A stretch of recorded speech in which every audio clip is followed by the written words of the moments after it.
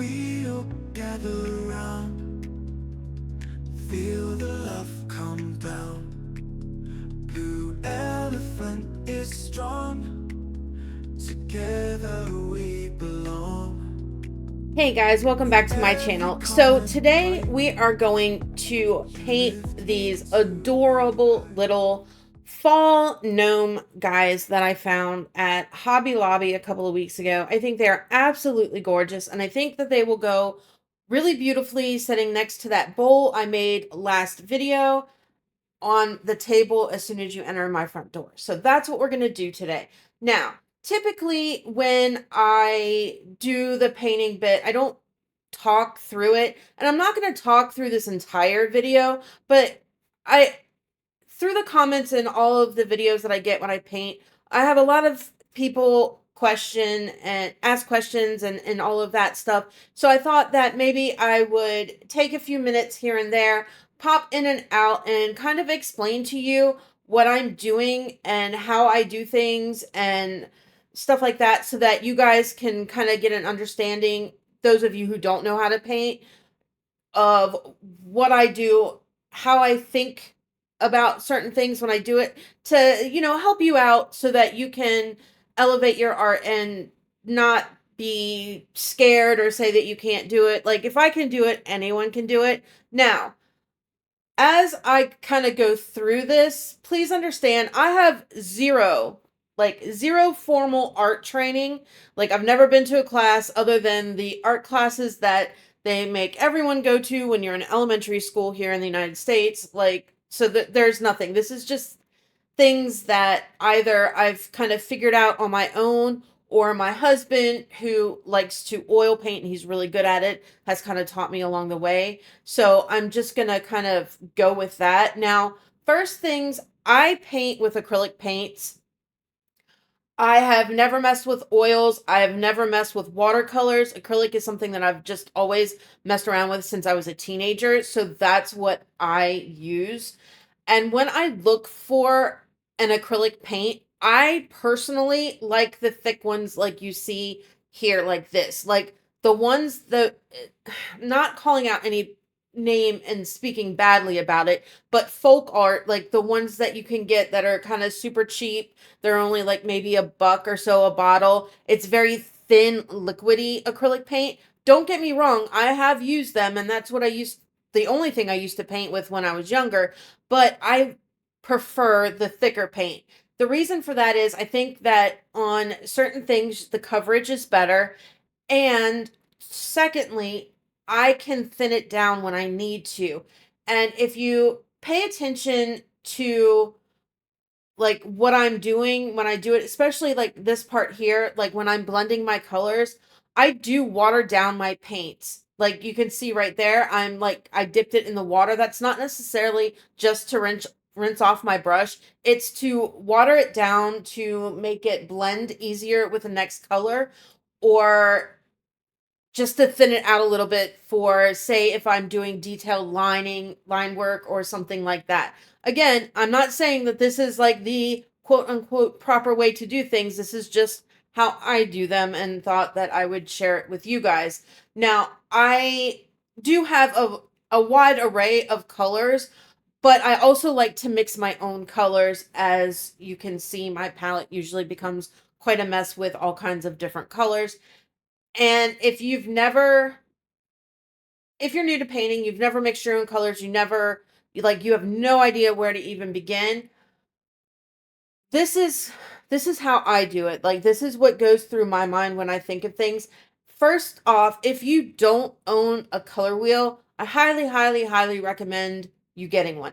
Honestly, I recommend you getting one even if you don't paint. Just as an artist, I feel like every artist should have one, because it breaks certain things down for you as far as to what colors go with what colors are complementing, what colors are contrasting colors, so that you're not making a mistake when you're picking your colors and putting them together and it's not an eyesore, right? You want things to either go very nicely together, or maybe you want that pow, and this way you kind of know what's what. Then it also will show you if you add in this color or that color or whatever, this is the shade of that color that you're going to get, right? So like, for instance, when I was doing the leaves and I was darkening my orange, I'm not going to use black to darken it, right? I am going to, personally, how I do it is I think what color makes orange, right? So red and yellow make orange. So if I want to darken my orange, I'm going to find a shade of red that I kind of want to go, like there's different tones and shades of red. Some are kind of more orangey, some are more like a deeper color that towards like maybe like the blue side of things, like have that super dark tone to it. So whatever color of orange, or as I darken it up, that I want to go to, that's the color of red that I'm going to add to it. And I'm just going to start by a little bit at a time to darken it up. If I want to lighten it up, I may add yellow to it to lighten it up that way. White, you would think, would lighten it up, and it does to an extent, but what it's going to do is it's going to kind of pastel it, make it more like a pastel-y kind of color. So if you're looking for a vibrant color, you're going to want to think about other colors to mix with it, not necessarily your whites and your blacks. Now, there will be later on in the video a perfect example of when I use white to lighten up a color, and you'll see how that's going to change it and bring those colors out that I'm doing because it was just way, way, way too dark, and it'll brighten it up some, right? So when I paint, I also think about where shadows are going to be, where my highlight is going to be. Now, if you're doing it on an item like this, it's a little bit different than, like, say, on a flat canvas. On a flat canvas, you got to say, okay, well, where's my sunlight coming from, right? On this, it's more of a, what would be darker? Where would the shadows be in this particular gnome? So, it's going to be underneath the brim of the hat. That's going to be darker. In each one of the little creases of the folds, those are going to be darker. In the beard, like in the little wavy lines in between, those are all going to be darker. Kind of like underneath things, stuff like that. So those are the areas that you're going to want to darken your color up a little bit, keeping it along the same color lines. So, like, for instance, if I have this shade of orange, which is just straight orange, there's no color mix to it, it's just orange, right? But there are various, you can do red oranges, stuff like that, more of a yellowy orange, whatever. But if I have this particular shade of orange, I want to lighten or darken this shade of orange to match what I have going on, because it's not going to completely change the color. Does that make sense? Like, you just want to darken the color that you already have. You can maybe play with your colors a little bit and add a touch of this or that to it just to get the color that you want. But for the most part, you're just darkening the color that you're already using. So you don't want to pull out a completely different color necessarily, because then it's just going to contrast way too much. And instead of it being just where you can see the shadow, now it's going to look kind of weird because the colors are just going to go like pow, and not in a good way. Do you know what I mean? And then as I blend out the color, I add a little bit of, like, I'll go in with my darker color, right, where I want the shading to be. And then I'm going to take the color that's already there, and I'm going to water it down some, put it on my brush, and kind of pull through that darker color that I did. And it's just going to blend it out, fan it out a little bit. Yes, it may pull it a little bit further out than where you want it. So depending on what it is you're doing, you may want to be careful, because maybe you don't want that color to go out that far. But it's just gonna seamlessly blend it in so that you don't have a hard line, because you don't want a hard line. If you look at the shadows of, things in your house or whatever, like light hitting against it, yes, you have that hard line where the shadow itself is, but if you look on the outskirts of it, it kind of just fades in a little bit, right? So it lightens up as it goes. So that's kind of what you want to kind of aim for as far as doing that. Now, highlights are kind of along the same lines ish. That's where you can use your white a little bit more, depending again on what color it is, or you just lighten up the color that you're using and just add it here or there where the light would hit it. Now, I'm gonna be honest, in this piece, I didn't do a whole lot with highlights. It was more along the lines of the shadows, but that's just what I chose to do for this particular piece. Now, the reason that I like personally using acrylics is most of the time they're pretty forgiving. Like, one, they dry really fast. Oil paints can take days and days to dry. And the other reason that I like it is because typically, if you have a good paint, and I mean, it can vary based upon the surface that you're painting on, but typically you can go over, and if you make a mistake, and you'll see there's many times in here where I'm going to have to retouch something up because either it wasn't quite dry and I touched it and it pulled the paint off, or I got paint somewhere that I didn't want it to be. In particular on the nose, I just kept getting paint there that shouldn't be there. Now, it's really forgiving, is you can really cover that stuff up sometimes. Now, there are certain brands that, not all brands are created equal, just like with everything else, that aren't going to give you the coverage that you want. So you want to make sure that you use a brand that is a decent brand. The other thing that, and these ones that I use, like, they're not top of the line. I get them from Walmart. They are, I think it's called Essentials or something like that. It's just whatever brand Walmart sells individually in the big tubes. And so it's not like they're top of the line. I'm getting them from a craft store type deal and I'm paying, a boatload of money for them. I'm not. These are just fairly decent, on the cheaper side paints, right? But they do, for the most part, have good coverage. Now, if you look at what I'm doing now with the hat, and you're like, oh my God, that looks like crap. Yes. However, this is where we're talking about what your surface that you're painting on. These, although they look like they should be like some sort of like a ceramic type piece, they are not. I'm not sure exactly what it is, but I feel like it is some sort of a plastic type substance. I'm not sure. This is kind of how, in my experience, when you paint on resin, it can act like this sometimes. So I'm thinking that it's something more along the lines of some type of plastic in there. It may not be completely plastic, but it's something along those lines. It's definitely a hollow piece. You can just tell by the weight of it. So when you come across something like that, yes, and it's also looking like that because I am watering it down to get it to just flow the way I want it to. Now, I'll just put a second coat on it, or even a third coat if I need to. This is just the base coat to get the color that I want down. I'm going to go in and mix my colors and do my darks and stuff like that here later anyway, but this is just that first coat.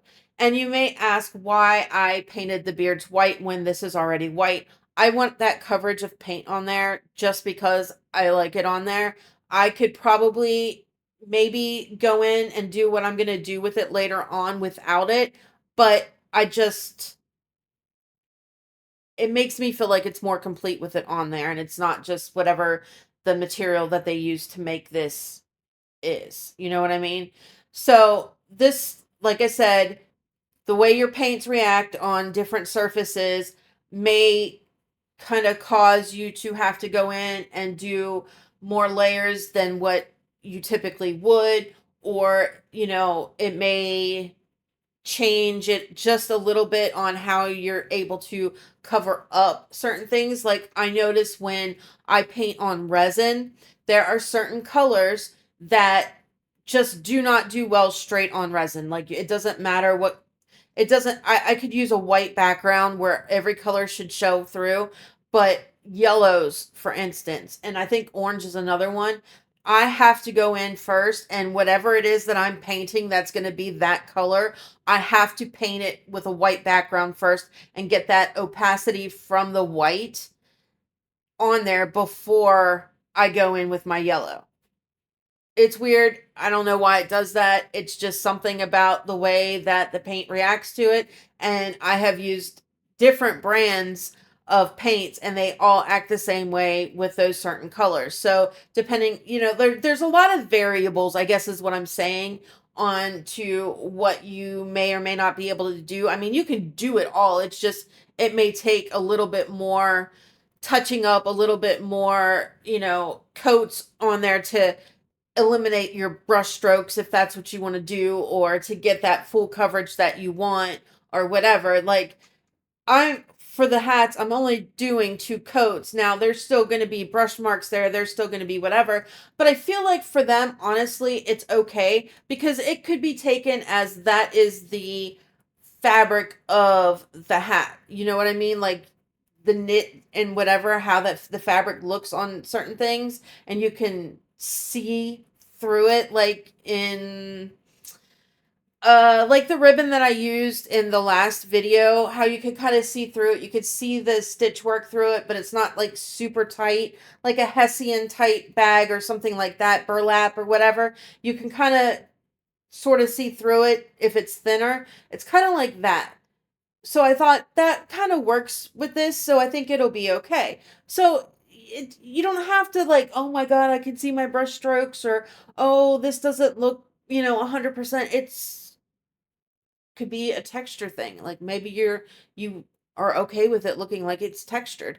Like, don't freak out because it's not necessarily maybe how you had in your mind or how you think it has to be or whatever. It can be whatever it is you want it to be. So, just have fun with it, play around with it. Like I said, acrylic paints are very, very forgiving, and you can have a lot of fun, and they're not like so crazy expensive that if you mix a color and it looks like garbage, like you're wasting a whole lot, I mean, I'm not saying sit there and mix up like 2 complete bottles of paint, because that would be not smart, but and also when you're mixing your colors, think about the surface area that you're covering with it, right? So like, for instance, when I do his legs and his body, like it's all pretty much just going to be one color.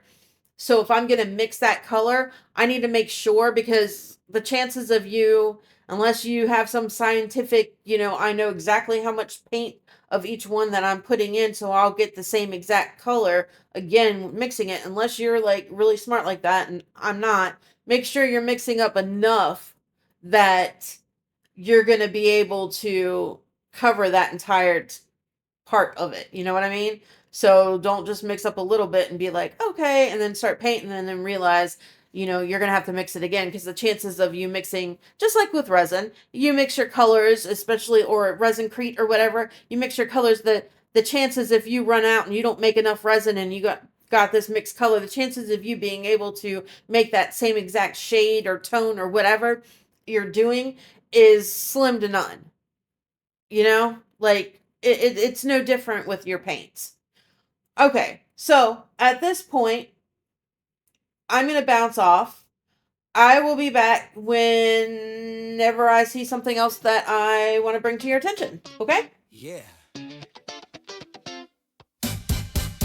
Splash that red on the wall. Ooh, yeah. Don't you worry about the mess, let it fall.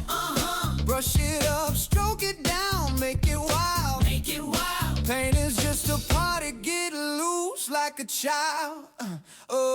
Dip it, flip it, let your colors collide. Don't fear the canvas, let your heart decide. Paint the funky town, yeah. Let it groove.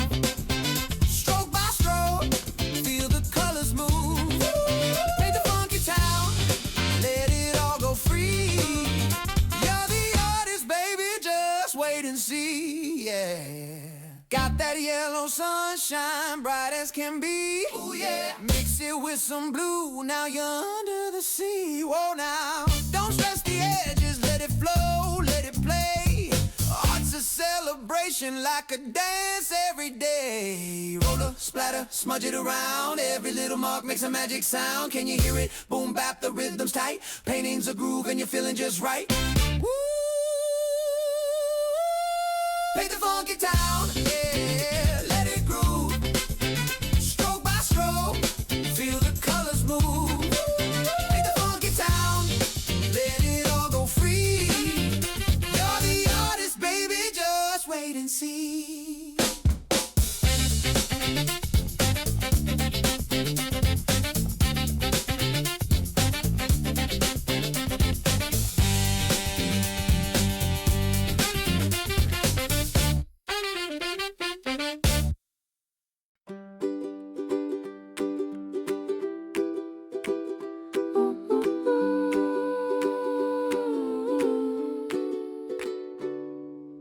Two little gnomes with hats so bright, dancing through leaves in the golden light. Their boots go crunch, their laughs take flight.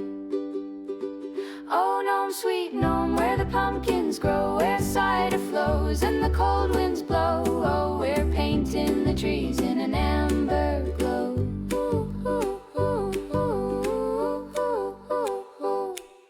They carry acorns like tiny crowns, scatter them gently all over town. Their whispers tickle as the leaves fall down. Chilly mornings, fires warm, autumn magic in every form.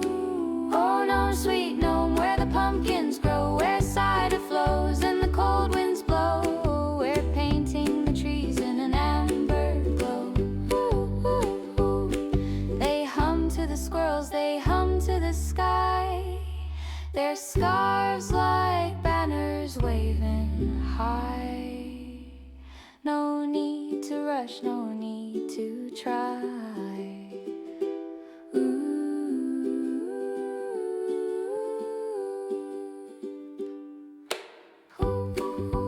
Okay, so I'm going to jump back in at this part just real quick because this is the part that I was telling you about that I'm going to use the white.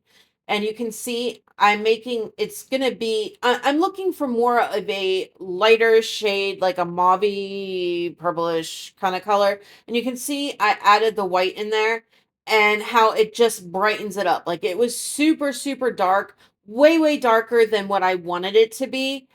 And see how the white just kind of brightens up those colors just a little bit. And this gives me more of the shade that I want as far as for this piece, because I didn't want it as dark as that purple is. I wanted something that is going to be a little bit lighter and just kind of go along with it. And then again, I used that same purple that I used in there, and then I just added, you know, a bunch of red. But because the purple is so dark, it made it really, really dark. And then the white just kind of lightened it up just a little bit and kind of gave it almost that kind of like a dusty rose kind of color, right? So, okay. At this point, I'm just going to bounce off again. And then if I need to come back to explain something else, I will.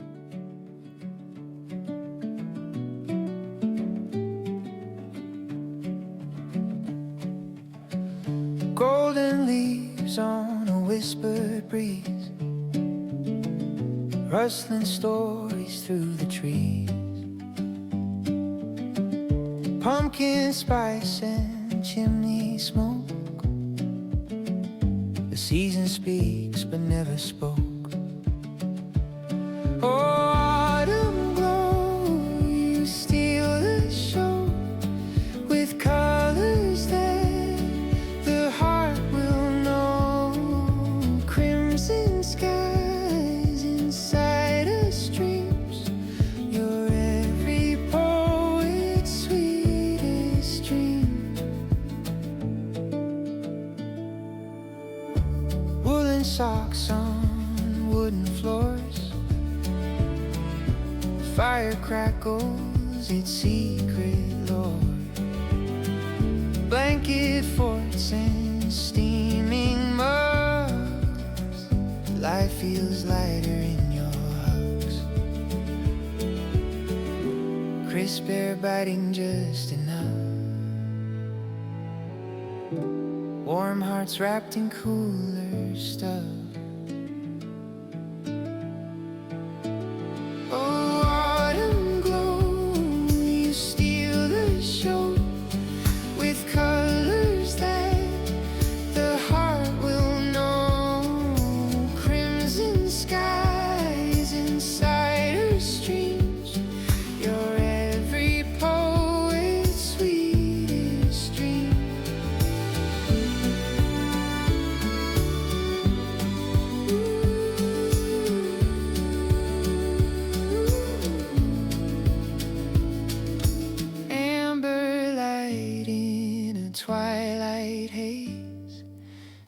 time slows down in your embrace.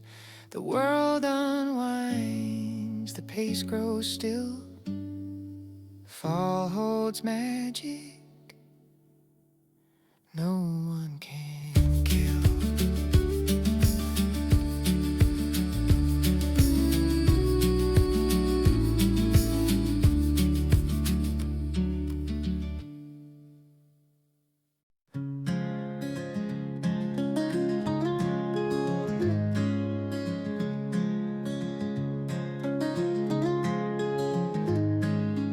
Leaves are falling down, red and gold on the ground.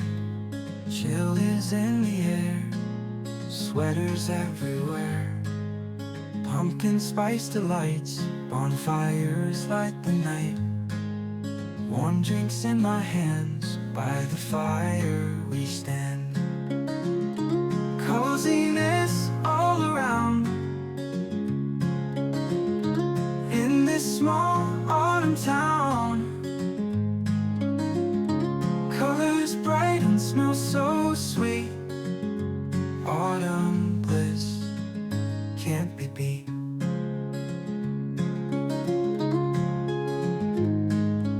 Mornings crisp and clear, apples picked this year. Scarves wrapped tight and snug, seasons like a warm hug. Golden sun rays through the trees, whispered words upon the breeze. Nature paints its masterpiece, time to find some inner peace. Coziness all around, in this small autumn town. Colors bright and smell so sweet. Autumn bliss can't be beat.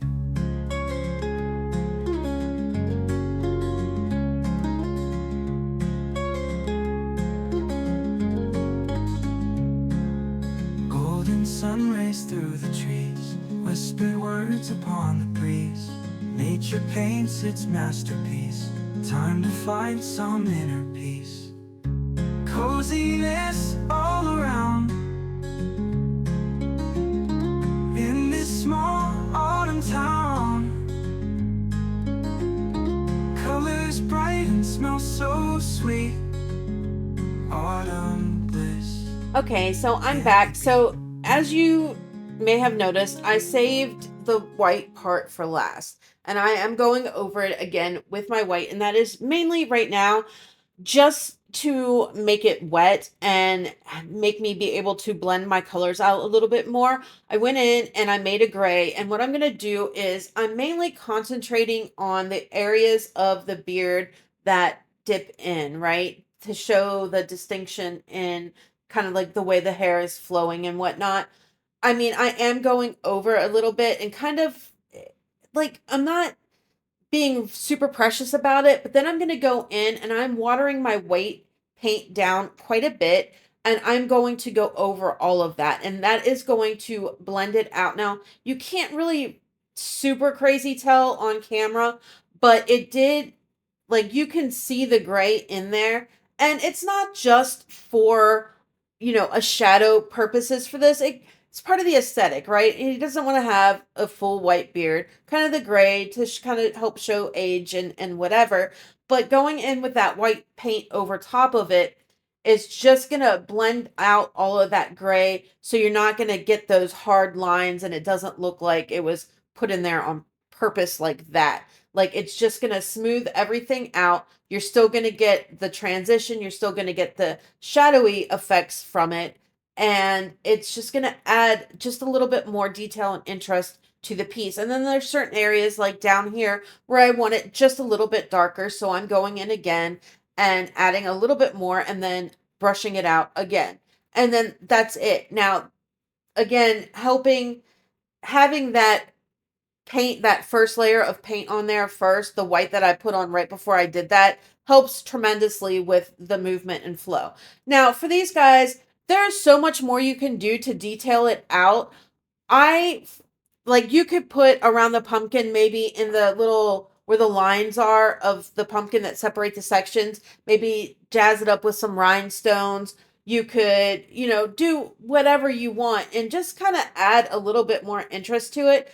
For them, what I decided that I'm going to do is I'm just going to take some Mod Podge, and this one is not the glossy, it's a semi-gloss one. And I'm just going to do a light coating, just touching the beard. Now, everything else is dry at this point because I'm going to sprinkle some glitter on here. Just a tiny bit of white glitter. It's an iridescent glitter, just to give it just a little bit more interest, add a little bit of sparkle to it. Now, in theory, this would probably work better more for like a Christmas style one or whatever, but it's what I want to do for this one, so that's what I'm going to do. Now, you want to make sure that everything's totally dry because you don't want the glitter sticking somewhere that you don't want it.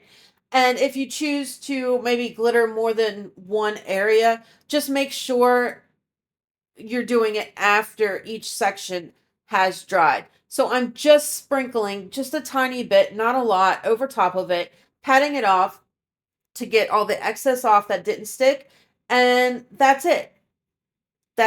These guys are done. Again, just a super light coating, nothing crazy, just enough to wet it and give it something, you know, for the glitter to adhere to, and that's it. Well, guys, that is a wrap on this one. Like, subscribe, share, hype, all that good stuff. I will see you on Thursday in the next one. Love ya. Bye. Elephant is strong. Together we belong. In every comment, right? You lift me to new heights. Your support, it's clear, gives me reason to cheer. Blue Elephant Crew, this one's out for you. You make dreams come true with everything you do. Each subscriber's heart playing a vital part. Videos we share, showing how much we care. Likes and shares, they grow. You make the channel